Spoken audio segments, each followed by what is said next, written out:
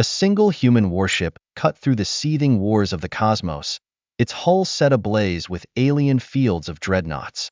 In that deafening moment, the fearsome lords of the galaxy knew the true meaning of uncertainty. Humanity, who had once been considered weak and in decline, had come roaring onto the battlefield, and the universe would never be the same. They called it the Galactic Cataclysm, a conflict so vast that entire star systems disappeared under swarms of battling alien civilizations. Over the millennia, this primal conflict came to shape life itself for every sentient creature in the cosmos. Their biggest factions, coalitions of brutally functional dominions, asserted that anyone who didn't represent their banner was a challenge to eliminate. But the scale of the fighting boggled the mind, pulling in thousands of species like driftwood caught in a rip tide. In the shadow of these immense struggles, Earth and its human colonies had long been an afterthought. In its early days, the great empires looked out over humanity and saw little to be alarmed about. Humans were thinly spread over a few frontier worlds, with only primitive technologies acquired by trade with more advanced aliens. Effective, sure, but not a threat to galaxy-spanning civilizations that wielded dreadnoughts the diameter of small moons.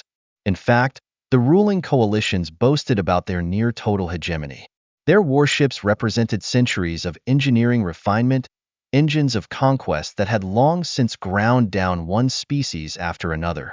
Whole star clusters bowed to their will, raising tribute or meeting annihilation. Few would openly take on the righteous. Those that did try, like the noble but overwhelmed Argoni and the devious Drail Collective, were methodically annihilated, their fleets scattered back to cosmic dust. There was apparently no way to escape the weighty rule of the alien allied powers. Humans carried on quietly in the margins of it all. As some of Earth's leaders called for forging alliances, others persisted in isolation, hoping that by keeping a low profile they could be spared the war's worst ravages. But over generations, the cosmic conflict slowly encroached on their land. Trade corridors vanished as conflicts consumed whole quadrants. Refugees from lost civilizations streamed into human space, sharing tales of unstoppable flotillas. By then, it was undeniable that the war was not just a distant crisis, but an existential threat at humanity's doorstep. At first, humanity attempted diplomacy, sending envoys to the largest alien alliances. But these negotiations went nowhere. Humankind barely made another party to the talkative countries. Earth had no resources to bribe them, no warships advanced enough to fight them. Defeat seemed inevitable. When the war machine finally trained its gaze on their small cluster of worlds, most of them expected humanity to be subsumed or annihilated. But not all men accepted their fate so easily. Not recorded in the official histories, a cadre of brilliant scientists, battle-veteran tacticians, and dreamers were scheming. There, in the crevasses of space that the Grande Empires neglected, they tested experimental warp drive and played with weapons tech that was considered taboo or useless. They scavenged the wreckage of alien fleets, reverse engineering their advanced shields, miniature rail cannons, and stealth systems that baffled most sensor arrays. At the forefront of these secretive endeavors was a group of remarkable individuals. The lead engineer, a child genius who had matured over his lifetime, sifting through fragments of alien code, bent his attention to merging diverse tech into one uniform, homogeneous hull. The tactician examined every known alien battle doctrine, whether it be mass dreadnought charges or clever cloak and dagger raids. The commander, a veteran of Earth's tiny defense fleet, had a quiet but absolute determination that humanity was not going gentle into that good night. While they didn't have the endless resources of the great empires, they had something else going for them: desperation.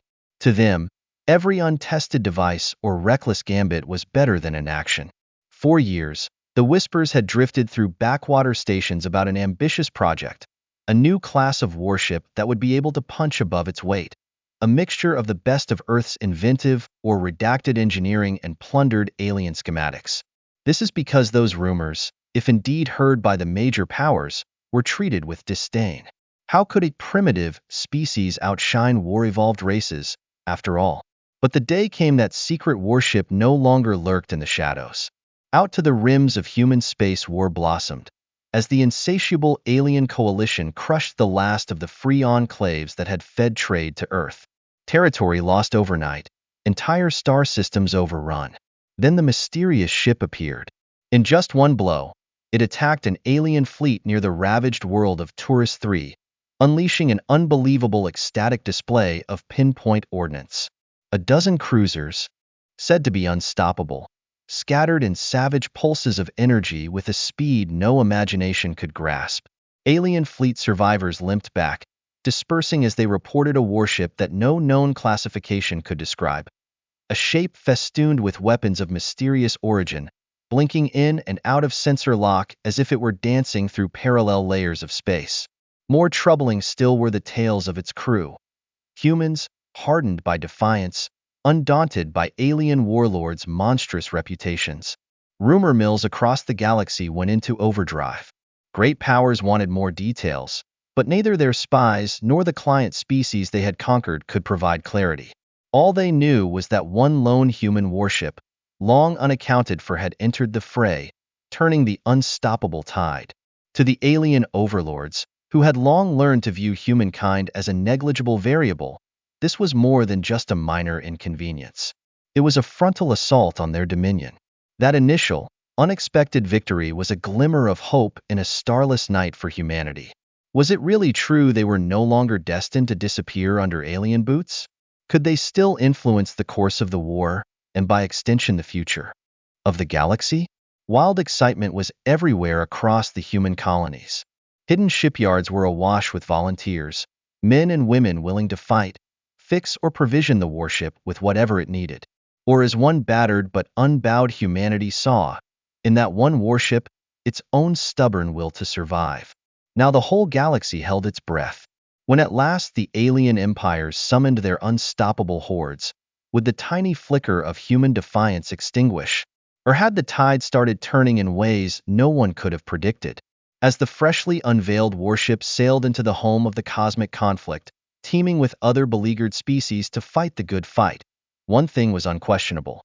Once humans entered the field, they meant to show that no empire was in fact unassailable.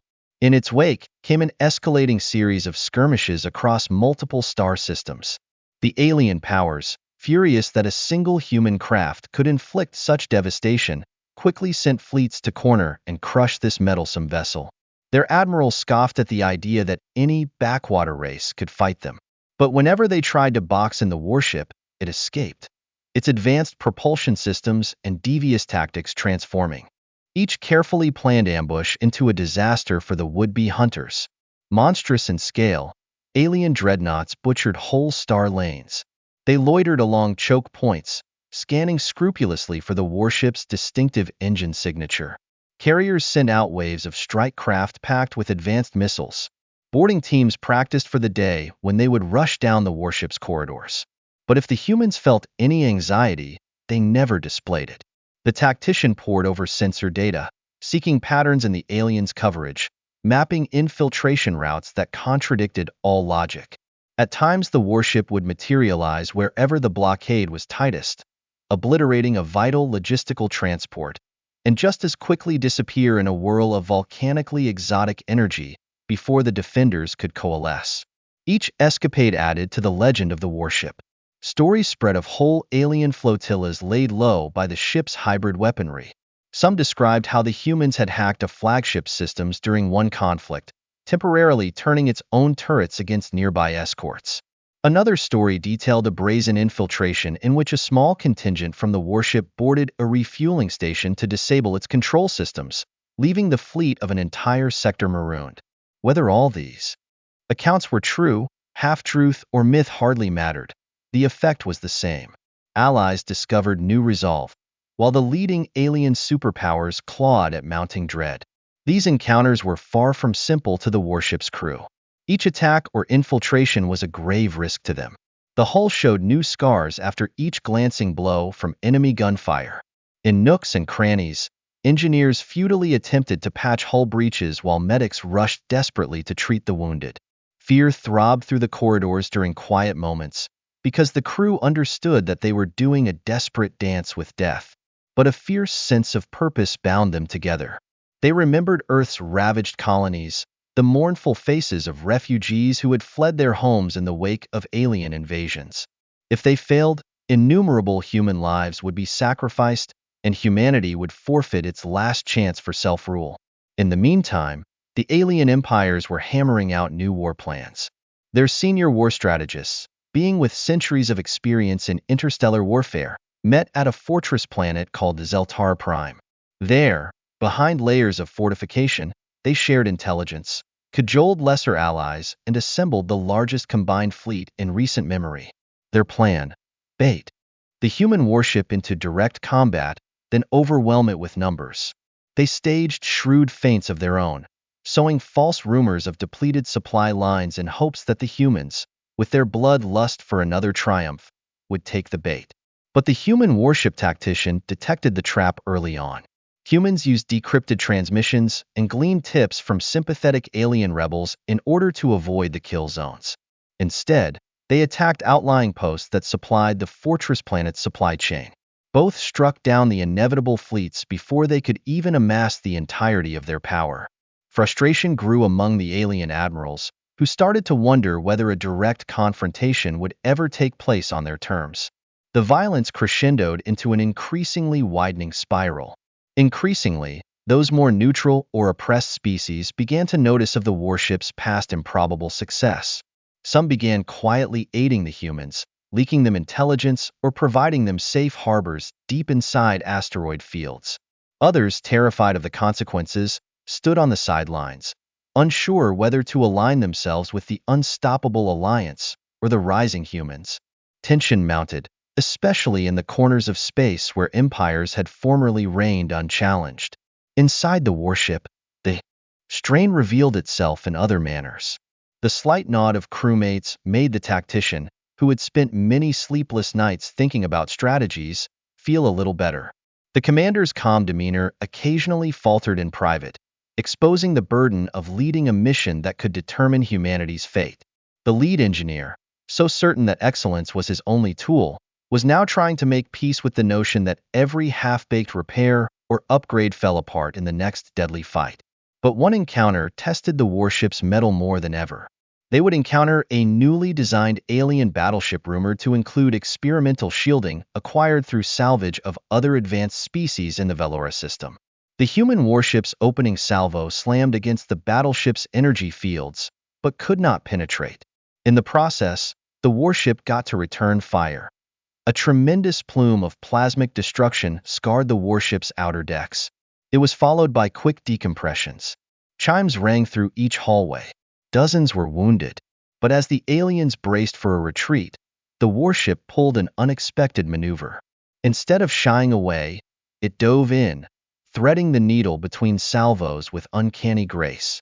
The tactician sequenced each thruster burn to navigate between microgaps in the battleship's firing patterns, closing the distance to within a few kilometers. The warship fired specialized warheads designed to latch on at point-blank range and feed upon the battleship's shield frequencies, overloading them from within. In a scintillating cascade effect, the alien battleship's bubble of protection collapsed, and it was left vulnerable to a final railgun volley that pierced its hull. The news of the warship's success in Velora shattered delusions that the Invincible Alliance could quickly adjust. Their superior prototypes had been unmade as easily as any other. Panic started to seep into the ranks of alien admirals, who understood that the conflict was now not just about containing a rogue vessel, but about preventing the entire cosmic order from shifting beneath their feet. If the warship continued to outthink and outfight them, the carefully maintained structure of subjugation could collapse. From then on, enemy fleets had redoubled their efforts to wipe the humans out. Worried about infiltration, they unleashed purges on any region rumored to harbor rebel sympathies, making innumerable innocents collateral damage. That cruelty only inflamed more rebellions. Even the Empire's loyal vassals started to ask themselves if fighting a war that threatened all they held dear was morally justifiable, especially if the warship's example could bring over other powers to a cause of freedom. Again and again, the human warship responded to calls for help in encircled outposts, like a ghost in the final hour. In one particularly bold rescue, they jammed the entire sensor network of a blockading alien fleet, allowing a corridor for hundreds of refugees-laden transports to escape. It came at a high cost to the warship, though. Its stealth array burned out from overexertion, putting them for a moment in the crosshairs of a horde of interceptors that hammer-launched Ryder across the hull. And yet, despite the damage, they were somehow able to warp away moments before total destruction, transporting thousands of civilians to safety. For the rescued, the warship took on the stuff of legend, the ship that turned the tide of despair. Meanwhile, the several alien empires knew that time was running out. Their once grand armies and monstrous star fleets now had their feet, or tentacles, cut out from under them at every turn. In the corridors of power, once mighty warlords had emergency meetings about the uncontrollable tsunami of human cunning. Many called for a joint operation, on a scale like never before. A final do-or-die effort to trap the warship in open space, and with nowhere to hide. Rumor had it that such a confrontation was going to take place somewhere near the Orash Expanse, a vital node that connected a number of front lines. The aliens flooded the region with ships, erecting a blockade that dwarfed any previous efforts. They set their newly designed dreadnoughts at each approach vector, armed with particle cannons and warp interdiction nova fields. If the human warship moved too close, it would find itself caught in the biggest killing trap in galactic memory. He was, of course, the sort of dramatic stand the commander suspected would arrive. Guided by the words of the tactician, the crew readied itself for one final gamble to break the alien grip once and for all. This would not be a quick in-and-out raid, not an infiltration. The warship would risk it all in what would be a pitched battle. The potential reward? A debilitating blow to the Empire's morale and ability, one that may ignite a worldwide turnaround against them. In the days leading up to the alleged clash, raw nerves coursed through the warship. Could they, a solitary ship assembled in secret, endure against the largest grouped force in the known galaxy? Or would the relentless alliance finally crush them, turning humanity's dream to ash? The commander addressed the assembled crew in a muted voice, speaking of Earth, of the shadow of other worlds devoured by alien malice. They weren't about to surrender with this much at stake. Whatever the odds, they would stand their ground and fight. In neutral corners across the universe, watchers trembled with anticipation. The showdown was looming on the horizon. If the warship was victorious, all might change. If it fell, the dominant empires would re-establish their uncontested dominance. The hopes of so many had rarely hung on a single starship and the unbreakable hearts of its crew. And so the universe readied for the climactic battle, not knowing which side would be deemed worthy of molding tomorrow. For light years around, the Orash Expanse spread in a haze of swirling cosmic dust, tinted pink and gold by the grave remnants of a long-dead star. It was here that the alien alliance had gathered its strength, capital ships arrayed in immovable formations, carriers launching wave after wave of fighters on recon lots, dreadnoughts orienting their huge guns. A ring of warp inhibitors lined the outer perimeter, each one able to trap an oncoming craft in a vortex of gravitational distortions. The message was simple. No one, not even the notorious human warship, was getting through. And each of the vantage stations in the area sent out a single message. Identify the human vessel, destroy it on sight. There was a tension crackling across the battleships. Many alien commanders had become obsessed with revenge for past humiliations at the hands of this elusive enemy. They anticipated the warship would try to pierce the perimeter somehow, or that it would try some crafty sabotage. So they braced for an attack by stealth pods, hacking drones, or unconventional ballistic strikes. But the humans surprised again. Instead of sneaking in through unregistered folds in subspace, the warship appeared at the very heart of the expanse itself, dropping from warp directly in front of the assembled fleets. The alien admirals fell silent in the communications. The vessel's silhouette shone in the light from the nebula, battered but proud. Systems locked on in seconds. Turrets swiveled to follow it. For a moment that felt as if it would last forever, neither side shot. Wrath of the Orcs 3. The commander sat between the tactician and the lead engineer on the central console of the human warship. They realized that this time, guile wouldn't be enough. They had come for a head-to-head showdown, to shatter the Empire's will once and for all. The tactician's eyes delved into the competing streams of rearranging data, alien positioning, preparing a last strategy to capitalize on even the slightest imperfection. The engineer managed power distribution. It wasn't like their sophisticated weapons and shields were going to hold up under some ungodly amount of pressure. The commander's voice, steady, issued the command, attack. The aliens responded instantly and violently. Hundreds detonate ships opened fire simultaneously, flooding space around them with beams, missiles, and superheated plasma. Defensive screens, usually challenged by one or two enemy ships at a time, now burned and disintegrated under a single coordinated assault from an entire task force. Alarms blared on every deck of the warship, with shield generators on the verge of overloading. The commander shouted orders for immediate maneuvering, trusting the tacticians' calculated flight paths.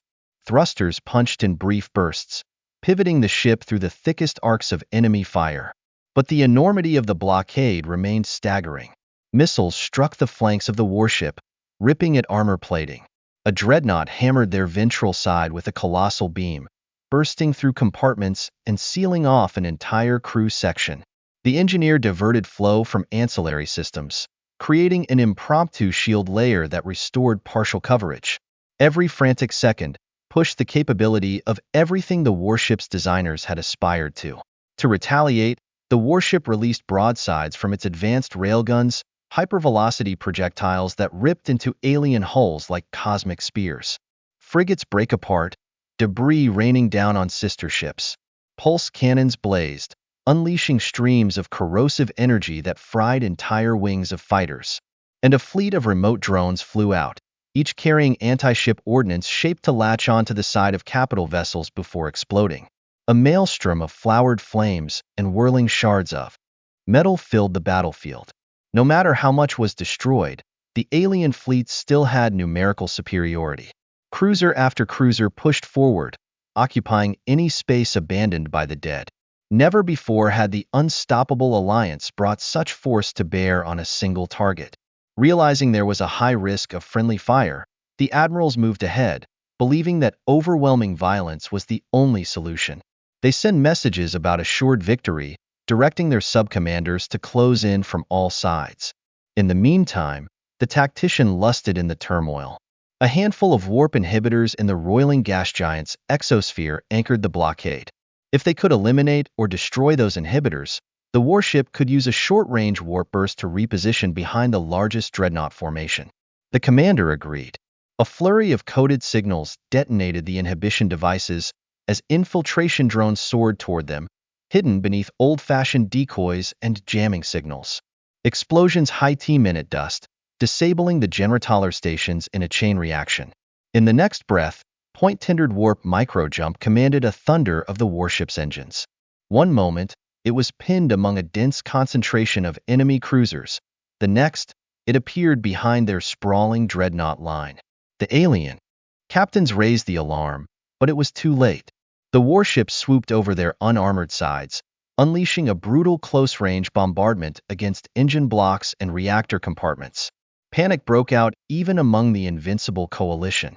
The dreadnought line began to buckle, with some ships belching flames as power surges rattled their internal systems.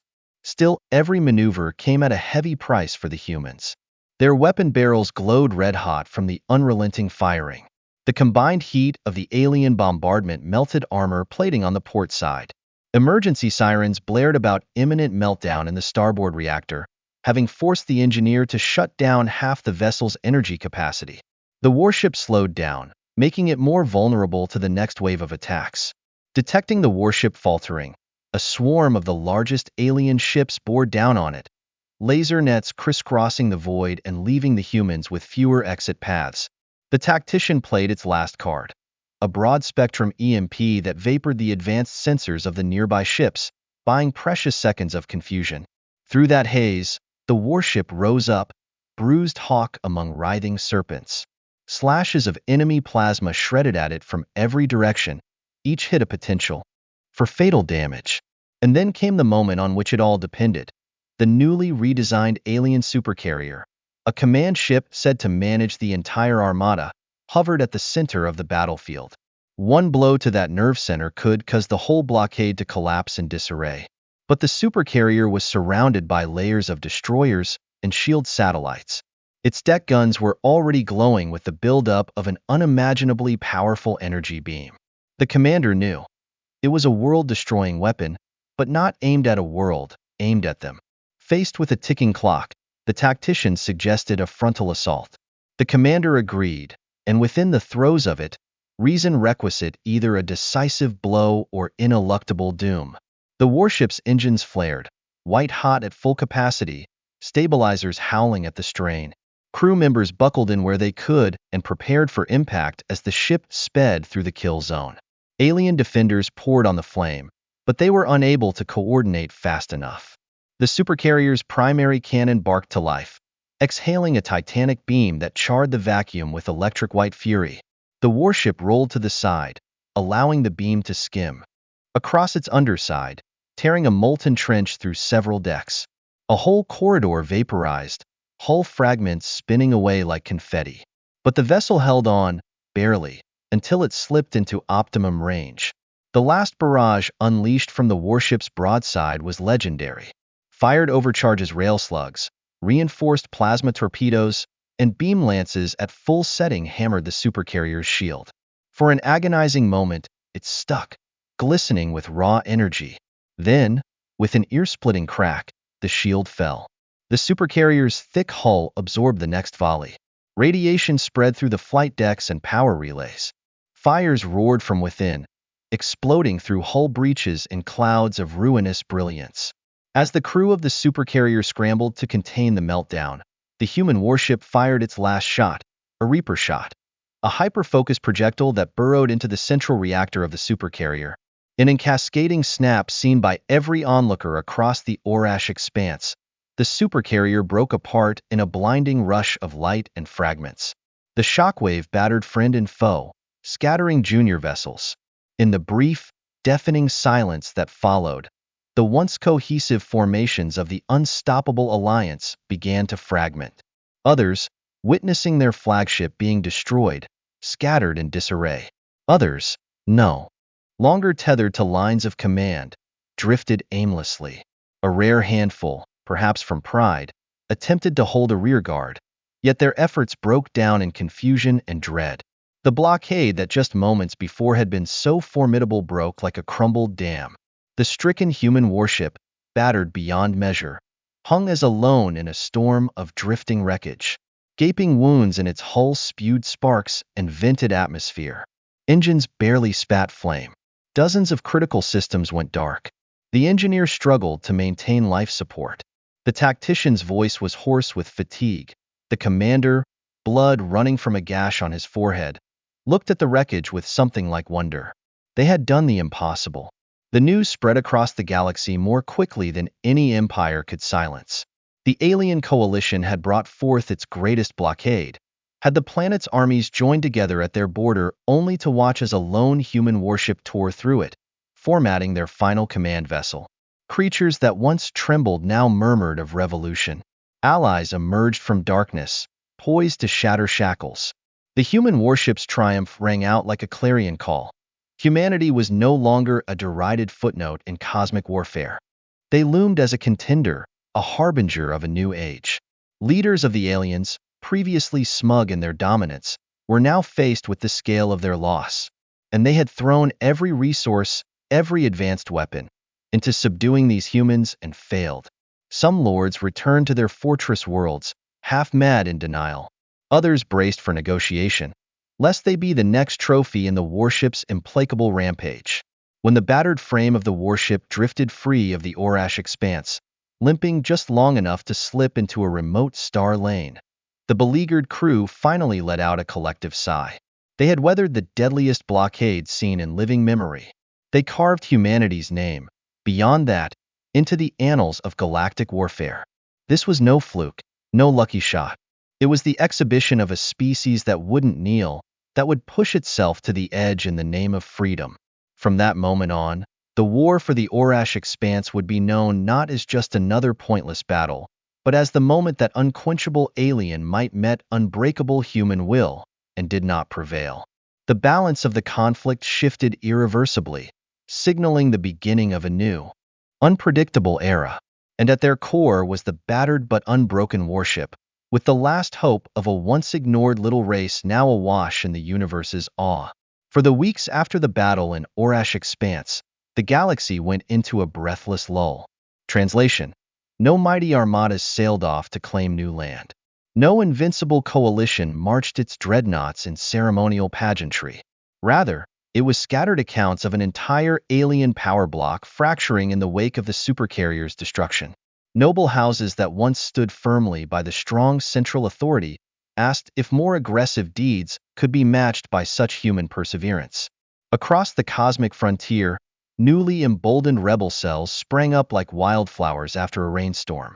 They stormed planet-based garrisons, banished suffocating overlords, and pledged to forge an epoch untouched by imperial dominion.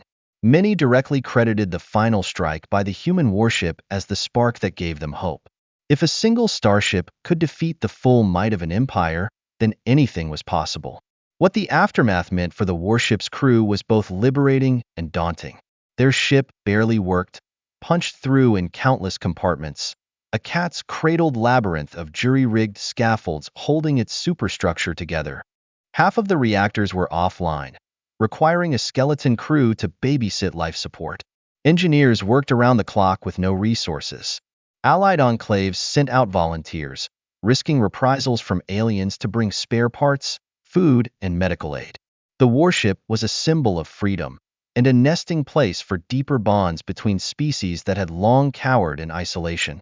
In a silent branch far from the howling primary battle lines, the warship's riven hull was tenderly docked in a salvaging yard operated by the tactician's friends. The commander, injured in the final assault, recovered in a makeshift infirmary. There, they received dignitaries from distant worlds who came in secret. Such visitors conveyed a sense of gratitude, admiration, and tentative interest in collaboration. No longer was humanity the unknown underdog.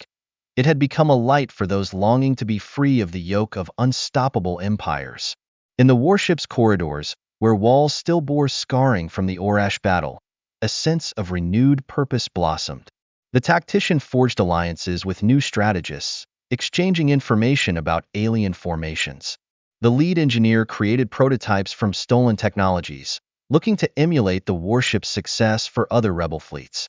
Ambitions ignited in every briefing: to unify, to consolidate the advantage, or at least to serve as an equal alongside the galaxy's previously historic powers.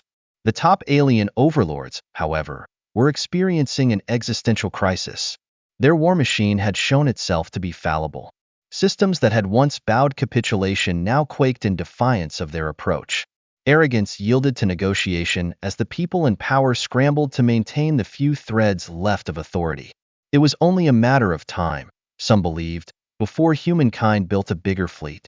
Others wondered if the invincible empire would crack beyond repair, self-pillage until only the last annex was left standing. No matter what alliances floundered and what betrayals brewed, one reality connected every corner of the cosmos. The arrival of the human warship at Orash changed everything. Even species that had never seen the shimmering outline of a human spoke in awed tones of that unstoppable vessel and the daring crew who would nip and tuck the odds. For centuries to come, historians would write about how the impregnable Orash blockade gave way to the force of unstoppable human will. Eventually, even the warship itself might disappear from frontline interactions, replaced by new coalition building and fleets laser-focused on a renewed mission: universal liberty, equilibrated power, interspecies respect, etc. But the warship's legend would endure, a cautionary tale that no empire was truly intractable.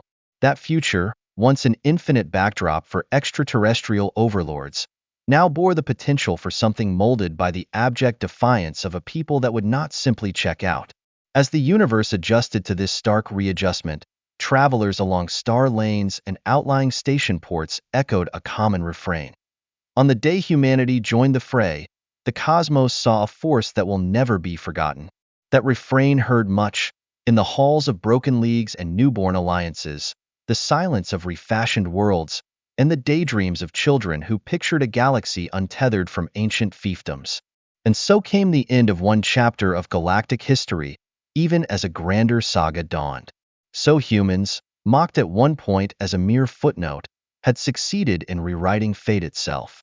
And to those who doubted, one need only look upon the faded, star-scarred hull of the once mighty ship, skimming the dark abyss of space with eerie solemnity, a reminder that even the tiniest ember of hope, stoked with imagination and unquenchable bravery, could become a roaring inferno.